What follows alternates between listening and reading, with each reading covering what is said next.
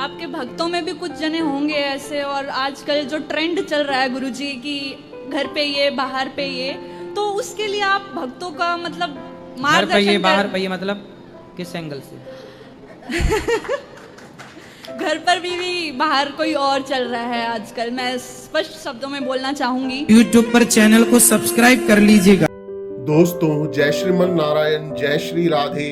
राधे राधे गुरुजी के प्रिय भक्तों, उत्तर प्रदेश के वृंदावन में बुधवार को आयोजित धर्म और आध्यात्मिक चर्चा प्रश्नोत्तरी के दौरान विशेष अतिथि के रूप में मिस्टर डील डॉडिंग से आई एक मोहतरमा ने पूज्य गुरुजी अनिरुद्धाचार्य जी महाराज से आध्यात्मिक और रिलेशनशिप को लेकर कई प्रश्न किए, जिनके जवाब पूज्य गुरुजी ने बहुत ही सहजता व सरलता से दिए। प्रश्नोत्तरी के दौरान कुछ प्रश्न विवादास्पद भी थे, जिसमें एक प्रश्न लिव इन रिलेशनशिप को लेकर था, जिसका जवाब पूज्य गुरुजी ने बड़े ही रोचक अंदाज में दिया। दोस्तों, वीडियो को अंत तक जरूर देखिएगा, क्योंकि आज की वीडियो बहुत ही प्रेरणादायी होने वाली है। और वीडियो अच्छी लगे तो चैनल को सब्सक्राइब और वीडियो को लाइक और शेयर जरूर करिएगा।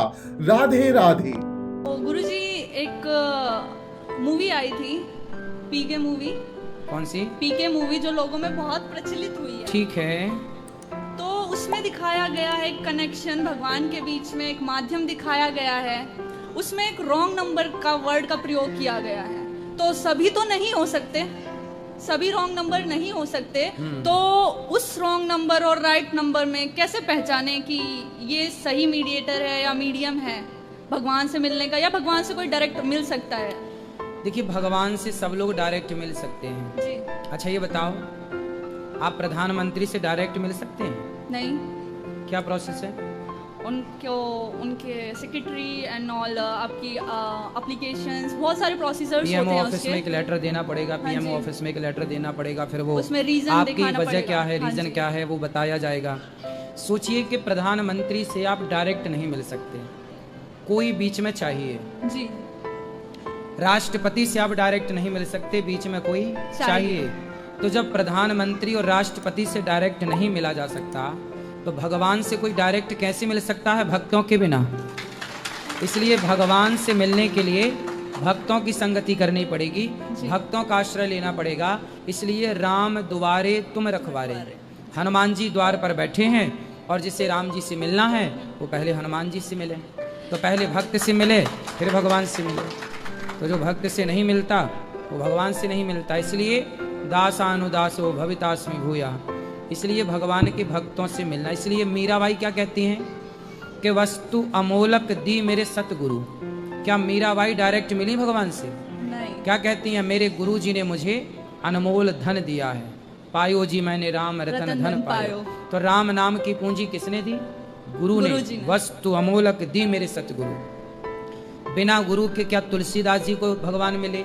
बिना गुरु के क्या कबीरदास जी को भगवान मिले? गुरु बिना तो ज्ञान अधूरा है। तो गुरु बिन भव निधि तरह न कोई, जो विरंचि शंकर सम होई। तो बिना गुरु के, बिना माध्यम के ईश्वर की, ईश्वर का ज्ञान नहीं हो सकता। इसलिए गुरु की आवश्यकता हमारे सनातन धर्म। इसलिए हमारे यहाँ कहते हैं ना, गुरुर ब्रह्मा गुरुर विष्णु गुरुर्देवो महेश्वर। तो सही गुरु को कैसे पहचाने गुरुजी? पहचानना है सही गुरु कैसा? जो ईश्वर की ओर ले जाए जी। जो स्वयं को ईश्वर ना कहे जी। जो स्वयं को ईश्वर कहने लग जाए वो गुरु नहीं है, वो रॉन्ग नंबर है। रॉन्ग नंबर है। और जो यथार्थ में ये कहे कि हम भगवान के दास हैं, चलो भगवान की ओर चलो, जो भगवान का नाम जपाए, जो भगवान की कथा सुनाए, जो भगवान की कथा सुनाकर भगवान से प्रेम करा दे, वही असली गुरु है। जी, आपने इस पद पर मतलब इतना कार्य किया है, इस पद पे आके, तो आपकी ये भावना कब जागृत हुई कि मैं इस पद पर चलूं? बचपन से ही हम इस रास्ते पर थे जी। और सदा अच्छे रास्ते को चुनने का ही मन में संकल्प था जी। जब हम अच्छे रास्ते पर चलते हैं तो अच्छे कार्य के लिए भगवान साथ देते हैं। जब बुरे कार्य के लिए कोई चलता है तो भगवान उसकी तरफ से अपनी कृपा का हाथ खींच लेते हैं। पर जो सत्य के साथ, अच्छाई के साथ चलता है, भगवान पग पग में उसके साथ होते हैं। बहुत अच्छा लगा कि गुरुजी ये सुनकर।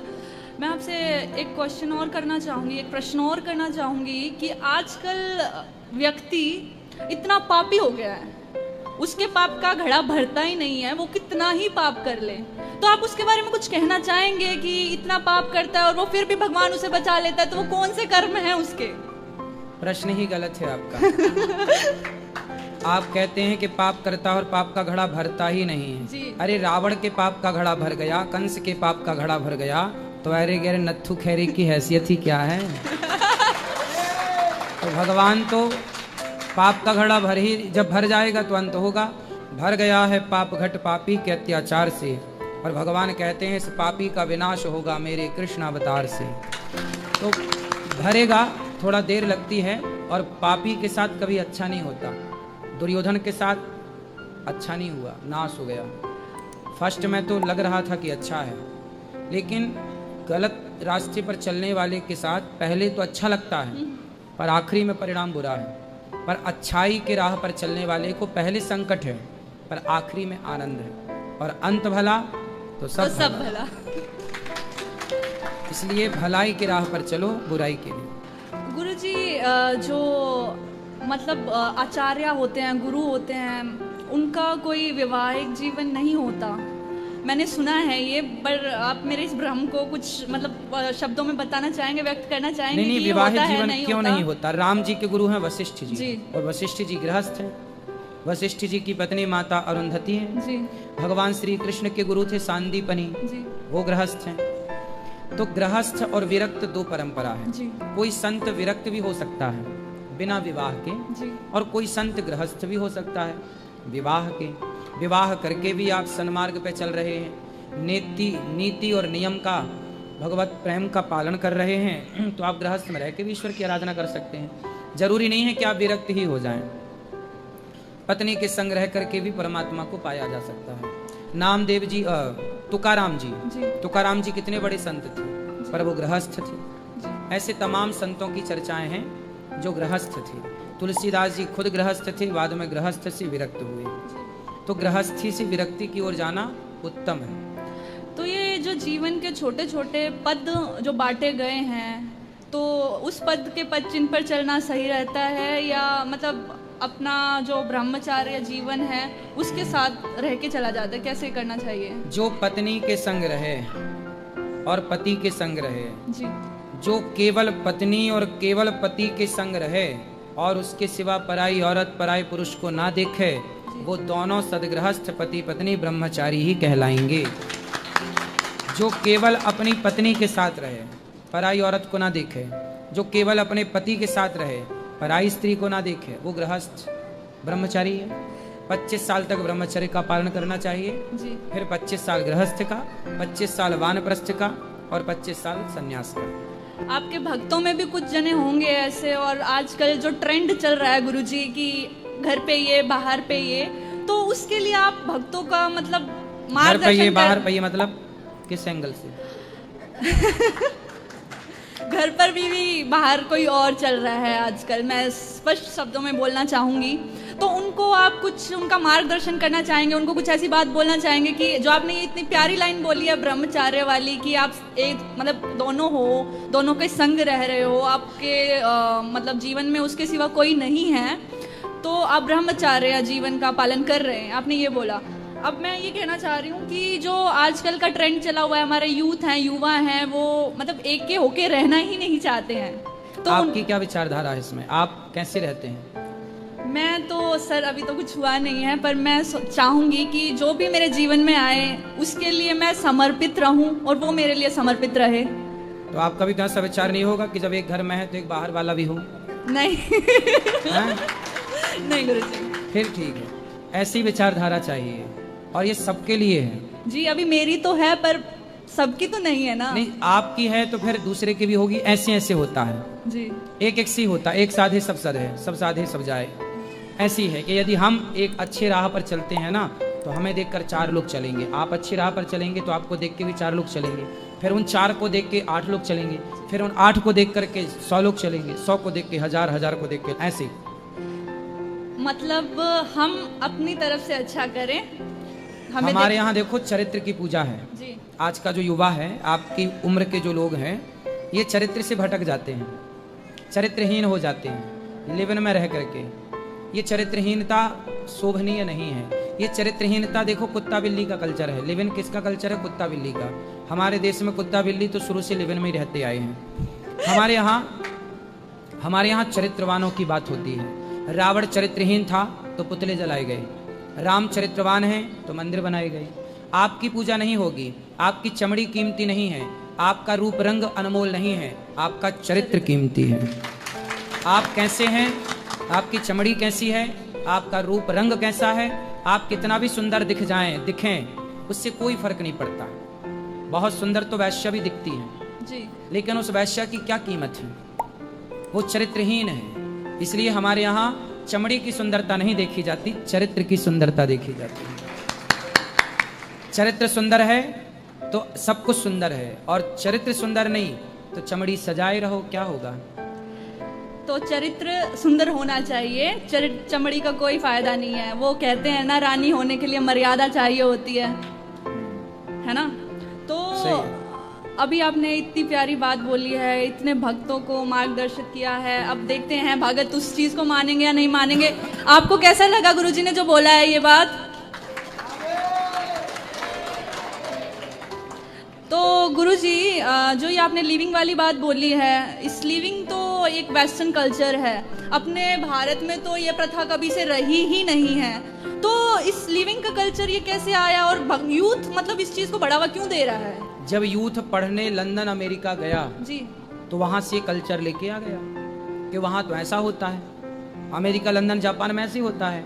तो जब यूथ वहां पढ़ने गया तो उसे लगा कि यार यहाँ तो ऐसे रहते हैं, तो उसे लगा कि हम भी रहें, जी, और वो भी भारत में उस कल्चर को उसने स्वीकार किया और उस कल्चर में वो रहने लग गया। इसी से एक का देखा फिर दूसरा, फिर दूसरे का तीसरा, ऐसे ही।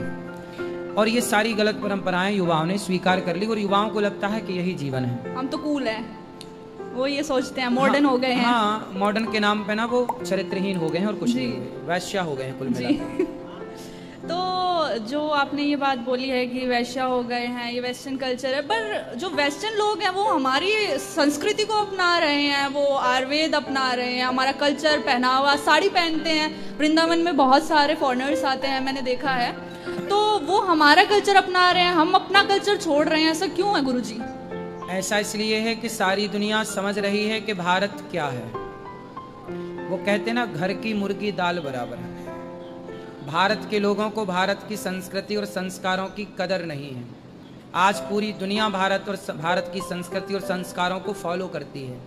आज विदेशों में मंडप गाड़े जाने लग गए, विवाह के मंडप, हल्दी चढ़ने लग गई, तेल चढ़ने लग गई, गठजोड़ होने लग गया। जो परंपराएं भारत की थीं वो परंपराएं विदेशों ने कैप्चर कर ली, और विदेशों की परंपराओं को अब भारत उतार रहा है। जी, हम उनकी तरफ जा रहे हैं, वो हमारी तरफ आ रहे हैं, ये है। जो पर हमारी जो सभ्यताएं हैं उन चीज से उनका एक तरह से मान लें कि इंक्रीजमेंट ही हो रहा है किसी चीज से, मतलब बढ़ाव ही मिल रहा है उनको हर चीज में। उनका जैसे जींस का पहनावा था, ये सारी पहनावा अब हम करने लग गए हैं। वो पहनते हैं खादी वस्त्र, कॉटन का वस्त्र। अभी यहाँ पे कई कन्याएं भी मैंने कई बार देखी हैं, मतलब प्रॉपर राधा रानी के वेश में। तो वो चीज़ कितनी प्यारी लगती है, और हमारा भारत ही इन चीज़ों को छोड़ रहा है। तो आप उसके बारे में कुछ कहो ना गुरुजी, कि इनमें मोटिवेशन आए कि ये ना करें ऐसी चीज़ें। हम तो खूब कहते हैं कि कपड़े पूरे पहना करो, अच्छे पहना करो, तो लोग हमसे लड़ने लग जाते हैं। बोले आपने कपड़ा पहनने का कह कैसे दिया? आपने क्यों कह दिया हमें पूरे कपड़े पहनने का? जी, लड़ने लग जाती हैं। आजकल कुछ लड़कियां कहती हैं कि हमारी माई लाइफ माई चॉइस, आपको क्या करना, माई लाइफ माई रूल्स।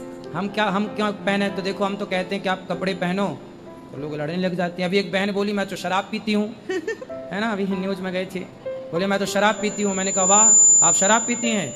बोले नहीं, मैं शराबी नहीं हूँ। आप मुझे कैसे कह रहे हैं? कैसे कह रहे हैं कि शराब? जी, मैंने देखा। अब देखो वो शराब पीती है, हाँ, लेकिन वो ये मानने को तैयार नहीं मैं है शराबी नहीं हूँ। हाँ, वो पीती है जी, लेकिन वो मानने को तैयार नहीं है कि मैं शराबी हूँ। जैसे कि आपने अभी बोला है कि जो लोग लिविंग में रहते हैं वो चरित्रहीन है, वो लिविंग का नाम देके उस चरित्रहीनता को मतलब मानने के लिए रेडी नहीं है। हाँ, हाँ, तो लिव इन मतलब वैश्यालय। तो तो वो चीज़ तो हमारे भारतीय भाई बहनों को तो शोभा नहीं देती है। बिल्कुल